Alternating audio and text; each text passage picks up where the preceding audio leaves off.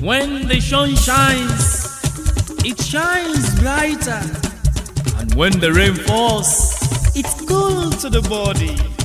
Báyẹ̀ ní bá dára ó yẹ ká wí. Ọ̀yìn àní mo fẹ́ lomi mẹ́. Chai! Àánú Olúwapọ̀ is beautiful. Bọ́bọ́ ìsirálẹ̀ jẹ́ aṣeré fọlọ́jọ́ ìbíjàre.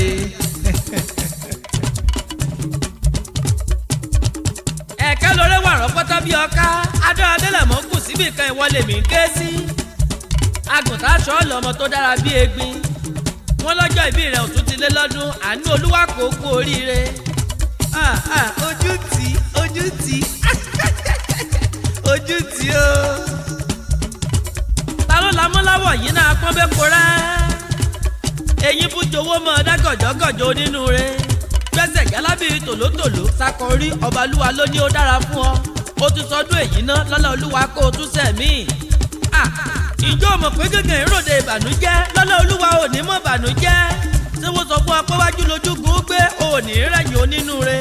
Ìgbà rẹ tó ti ń dùn yìí Olódùmarè òní jó tán kó o pálọ́kẹ́rì kése kó o dàgbà bí àlọ́yè. Ìdùnnú Olúwadámiláre Simeon ọmọ Bello ìwọlé mi ké sí.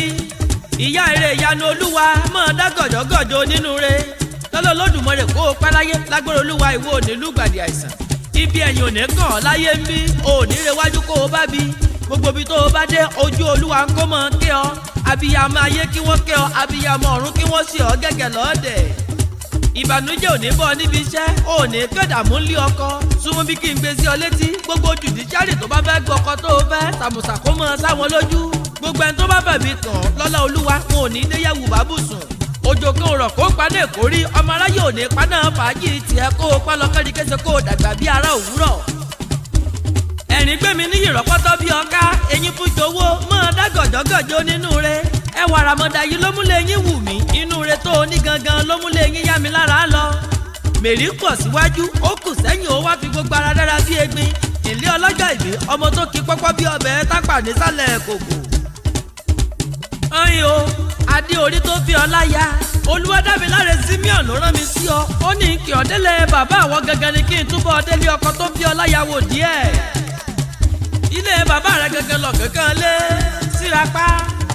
Jẹ́bọ́ Adéjẹ̀bú Ìpẹ́rù ní ìṣẹ̀lẹ̀ bàbá àwọn ọmọ náà bẹ̀. Ilé Ìpẹ́rù Akẹ̀sán baálé ọjà ará ojú ọ̀nà níbi owó gbèsò ẹ̀ lẹ́ ń bẹ̀hún. Ṣé bí ìran bàbá yín la Kẹ̀sán tí dádé tọmọ ẹ̀ dọ́jà olóríire nídarí ọjà ńlẹ̀ bàbá ẹ̀yìn. Akẹ̀sán ni yín ọmọ wọn ló di Ọ̀yọ́ ọlé. Ìran bàbá yín ní pàtó àránṣẹ́ yẹ ilẹ̀ Akẹ̀sán òfìrò ọmọ ọba ń ta. Ẹ̀yin lọ́mọ Awùjalẹ̀ ń Jẹ̀bú. Ìran bàbá yín lọ́mọ alómi mọ̀mọ̀ dáná. Ẹ̀yin lọ́mọ oníkòdò yẹmẹ̀kún asàn tẹ́lẹ́rẹ́. Ọmọ oníkòdò yẹmẹ̀kún asàn mọ́mọ̀dá. Ọmọ apogo pọ̀tẹ̀ mọ́lẹ̀ lẹ́yìn jẹ́. Ogun oníjà kókó wọn ní Pẹ́rúlé. Ẹ̀yin lọ́mọ oníbodè mẹ́ta ọ̀tọ̀ọ̀tọ̀. Àjèjì ni bàbá yín fi sọ gbogbo wọn. Bẹ́ẹ̀ àjèjì ò sì gbọ́dọ̀ wọ́ bẹ́ẹ̀.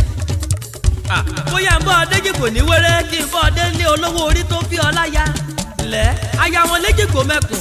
Aya fìdí hàn mí fọ́nà hàn mí. Ewu òjẹ́ fẹ́ wújà ilé ìkirè ọmọ bàbá ẹnikẹ́ni. Mo kí ọ aya ewúléwìrín, aya kankú ọ̀rẹ́, aya kankú olókùú mọ̀sìn. Aya ọlọ́sàá fọ̀ kékeré kó ń mú lékin. Ewu ló fẹ́ ọ, bẹ́ẹ̀ o gbọ́dọ̀ mẹ́mú. Òòṣà ògìyàn ló fẹ́ ọ, o gbọ́dọ̀ mọ ògùrọ̀. Lọ́dọ̀ Olódùmarè kó o pẹ́ láyé lágbára Olúwa ìwọ ò ní lùgbàdì àìsàn. Ó ti sọdún èyí ná ibi gbogbo tó ti ń dáa fún ọ lọ́lọ́ Olúwa kò ní bàjẹ́ bẹ́ẹ̀. Ọyìn o, Adegboyega Alani Akewi lèmi jẹ́ ilé wa gangan bàbá gbé bíbí ọ̀dẹ̀dẹ̀ wa níyàwó mi dá